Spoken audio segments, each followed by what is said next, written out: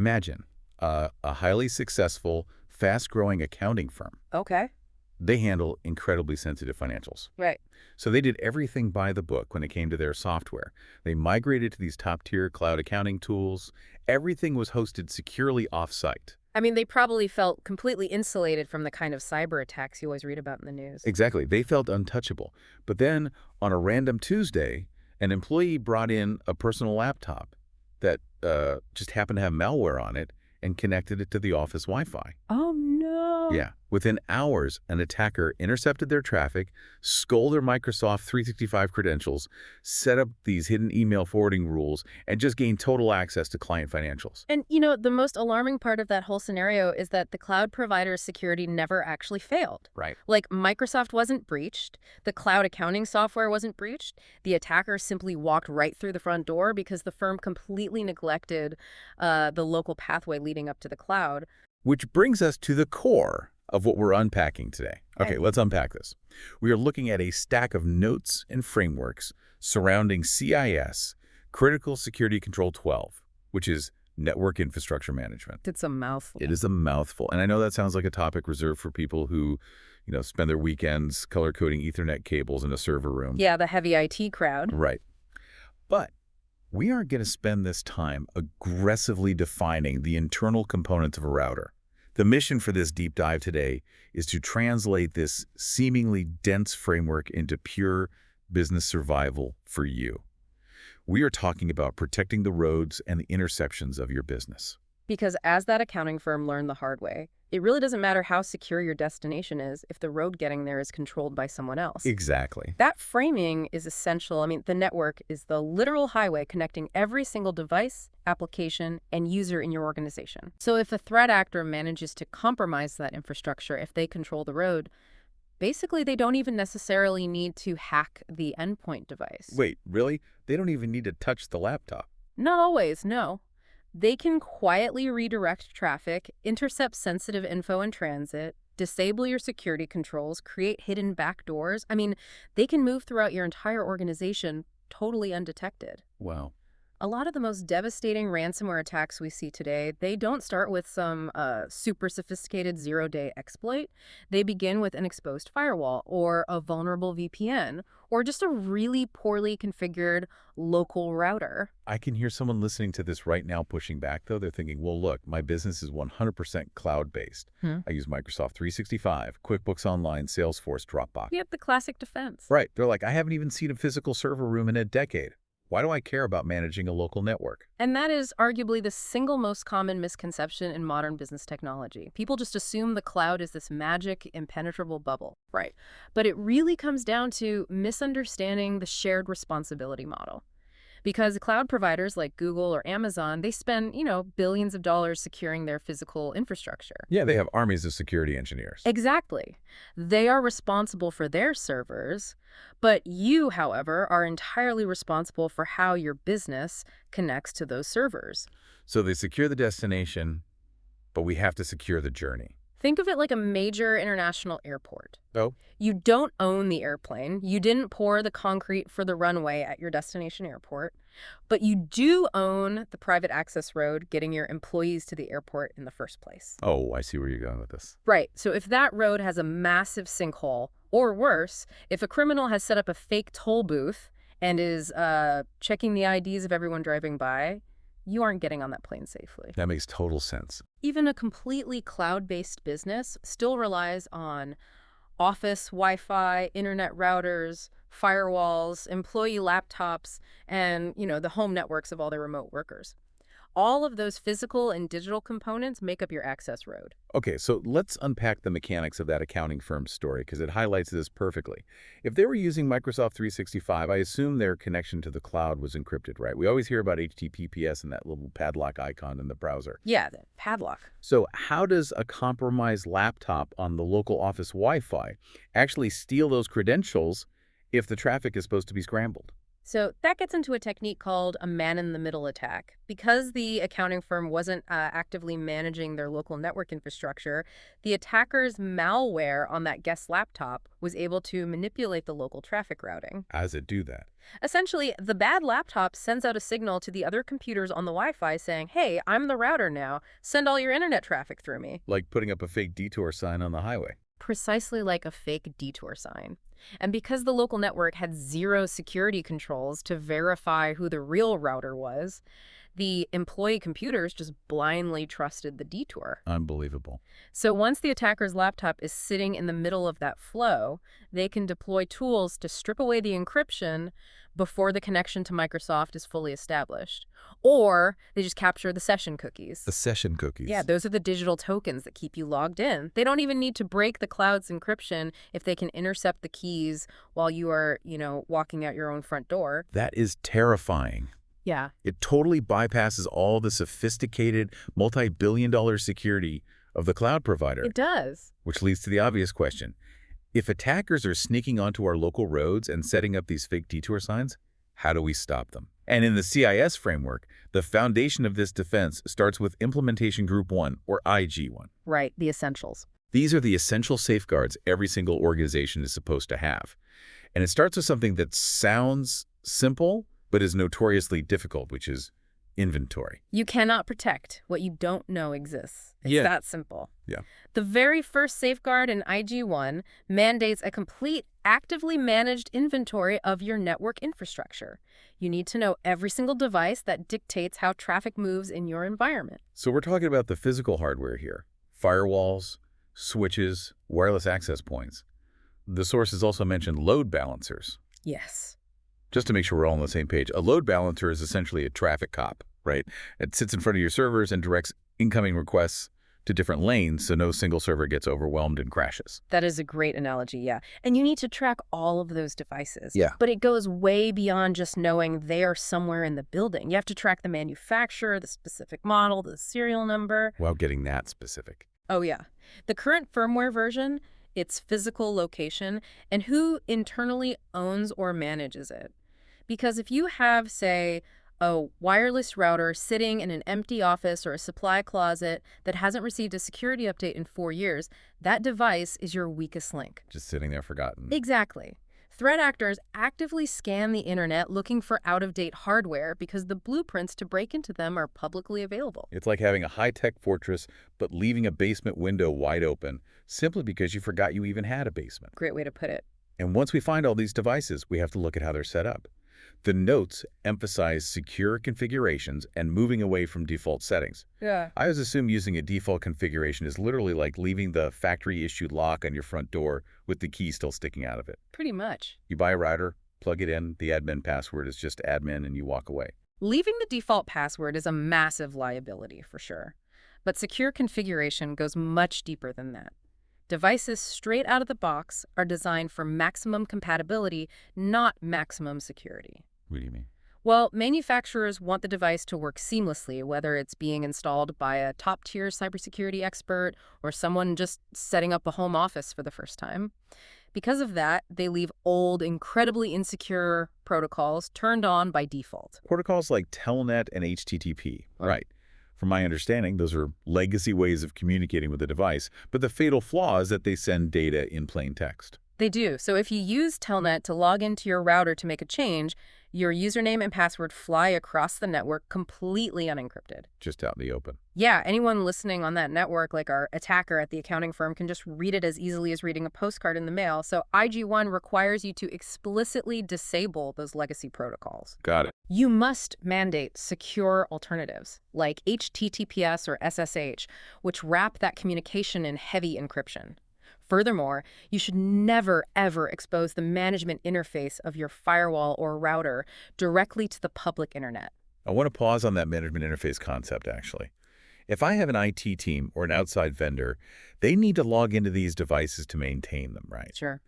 The framework mentions we need to securely manage this infrastructure. But this brings up a massive blind spot for a lot of companies, which is the ghost vendors. Oh, the set it and forget it mentality, yes. This is where administrative access becomes just a sprawling liability. Right. You hire an IT company to set up your network 3 years ago. You bring in an HVAC vendor who needs network access to monitor smart thermostats. Yep. You have the copier company, the security camera installers. They all request and usually get remote administrative access to your network so they can provide ongoing support. But when the project ends, or when you fire that vendor and switch to a competitor, nobody ever remembers to turn off their old access. And those forgotten access points are an absolute goldmine for attackers. Because if your former IT provider suffers a data breach and their master list of passwords gets stolen, the attacker now has the keys to your firewall. Man, that's wild. It is. The framework demands that only currently authorized administrators have access. You have to continually audit your environment and ask, which outside vendors have the ability to change our network configuration today, and do they still actually need it? It's really sobering to think about how many digital keys to our businesses are just floating around in the pockets of people who don't even work for us anymore. It's a lot more than most people think. Okay, so let's say we do everything right up to this point. We map the entire access road, we find the old routers in the closets, we change the default factory locks, we turn off the plain text protocols, and we revoke access from that HVAC vendor we fired in 2023. Sounds good. We're doing great, but we have to acknowledge human nature. Eventually, somebody inside the building is going to click a bad link in a well-crafted phishing email. Inevitably. So, to borrow a fantastic hypothetical from our sources, if one employee clicks a malicious link today, does it compromise one computer, or does it take down the entire business? And that question is the ultimate litmus test for business continuity. And it transitions us perfectly into implementation group 2, which focuses on internal boundaries. Okay. If someone gets past the front door, what stops them from walking into the vault? And the answer is network segmentation. When I was looking through the sources on segmentation, the first thing that came to my mind was a submarine. A submarine? Yeah. When engineers build a submarine, they don't just forge one giant hollow metal tube and drop it in the ocean. They design it with a series of watertight compartments. That way, if the hull is breached in one specific area, they can seal the heavy steel doors. So that single compartment might flood, but the entire ship doesn't sink. That architectural philosophy is exactly what network segmentation is. Here's where it gets really interesting, though. In a flat, unsegmented network, every device can talk directly to every other device. So everything is just in one big open room. Yes. So a compromised smart TV in the boardroom could potentially communicate with the server hosting your payroll data. Oh, wow. But segmentation breaks your network into separate, isolated compartments. The classic example is the guest Wi-Fi. It should be mathematically impossible for a vendor waiting in your lobby on the guest Wi-Fi to communicate with your accounting department's network. Which seems completely logical when we talk about it here. Right. But you walk into a typical mid-sized business, and you've got an employee's kid playing a game on their iPad in the break room, the smart fridge, the receptionist's computer, and the CFO's laptop all connected to the exact same office Wi-Fi 5G network. It happens constantly because, honestly, a flat network is just easier to set up, but it allows an infection to spread at the speed of light. Good segmentation isolates the risk based on function and trust. So grouping things by what they actually do. Exactly. Your point-of-sale systems processing credit cards, walled off entirely from the general employee network.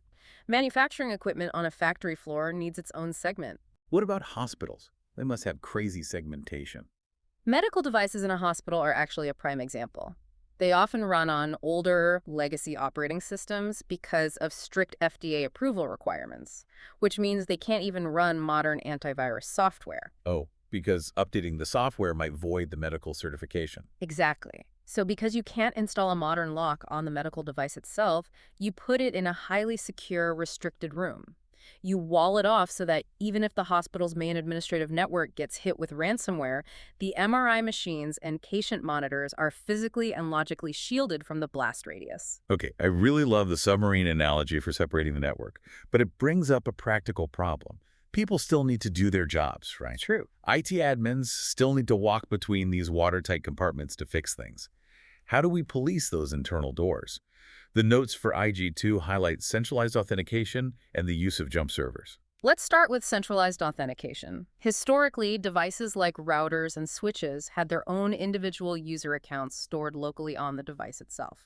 Okay. So you might have 5 different IT staff members all logging into a firewall using a generic shared account named admin. Which is a nightmare for accountability.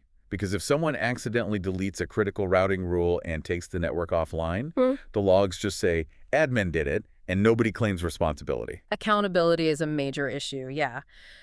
But speed of revocation is the real business risk here. How so? Well, centralized authentication uses an identity provider like Active Directory or Entra ID. Think of it like a highly trained bouncer standing at the entrance to every single room in your building. I like that. Instead of giving an employee 50 different physical keys for 50 different doors, they get one ID badge. When they approach a door, the bouncer checks a central master list to see if that badge is still valid. Oh, that makes offboarding so much safer. If a high-level network administrator leaves the company under bad terms, you don't have to scramble to manually change 50 different passwords on 50 different switches before they can log in from home and do damage. Exactly. You disable their one ID badge in the central system, and the bouncer immediately denies them access to everything company-wide in a matter of seconds. That is huge. It is. And you mentioned jump servers. A jump server adds another layer of friction for highly sensitive areas. Think of it as a secure error lock. An airlock, okay. An administrator can't just connect directly from their daily laptop to a critical core router. They have to first authenticate into the highly monitored jump server, and only from inside that airlock are they permitted to access the sensitive device. So let's take stock of where we are. We've mapped the entire access road. We've replaced the factory default locks and disabled the plain text protocols. Yep. We've built our submarine with watertight compartments so a flooded lobby doesn't sink the accounting department. Yep, looking good so far. And we have a central bouncer checking IDs at every internal door. We've built a very strong defense. But there's still a massive blind spot here. What's that? How do we actually know if someone is quietly testing those locks right now?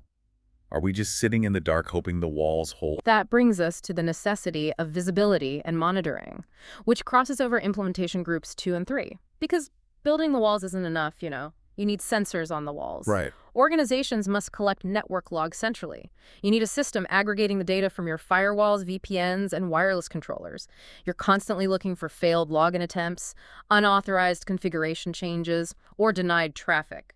I imagine it's the difference between having a lock on your door versus having a lock on your door, plus a security camera that alerts your phone if someone jiggles the handle 50 times at 2 in the morning. That is a perfect distinction. And for larger organizations or those with really highly sensitive data, IG3 introduces continuous network monitoring.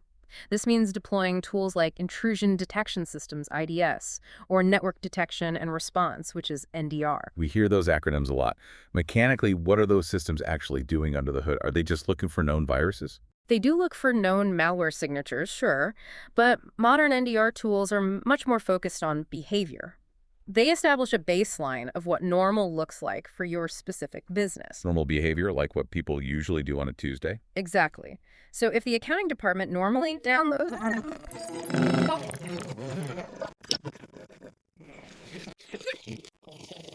up 50 gigabytes of data and trying to send it to an unknown IP address overseas, the system flags it. That's data exfiltration. Yes. The attacker is trying to sneak the sensitive client financials out the back door before they trigger the ransomware encryption. Yes, and the monitoring tools are designed to catch that lateral movement and exfiltration in real time, allowing you to sever the connection before the data ever leaves your building. So, bringing this all back to the big picture, for a business leader mapping out, say, a 5-year plan, businesses aren't static. You hire 100 new people, you open a satellite office, you adopt a new cloud platform.